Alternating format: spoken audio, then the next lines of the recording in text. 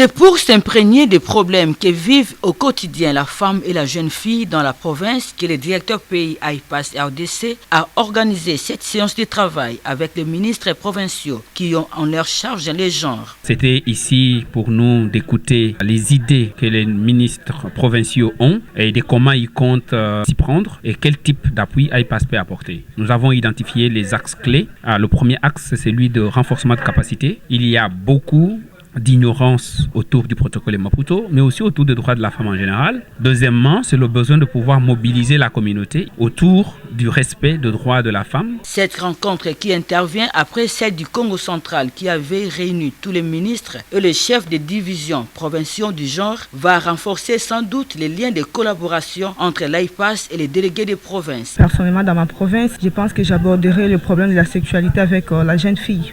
Ce qui est beaucoup plus négligé parce que même dans nos familles aujourd'hui, parler de la sexualité c'est un tabou. Sans oublier la santé et l'hygiène menstruelle de la femme. Nous avions vu les œuvres des AIPAS depuis son appui dans notre province. C'est entre autres la promotion des droits des femmes, des enfants et aussi la protection des familles. Plusieurs activités menées dans notre province ont été visibles. Les femmes ont été sensibilisées suffisamment. Voilà pourquoi on a eu même à voir un changement complet, un changement total de la part de la population et particulièrement de la femme et de la jeune fille. Avec une oreille attentive, Jean-Claude Mulunda, qui a écouté les préoccupations qui lui ont été soumises, a promis son implication pour atténuer la situation difficile de la femme au niveau des provinces, ce avec l'aide des partenaires.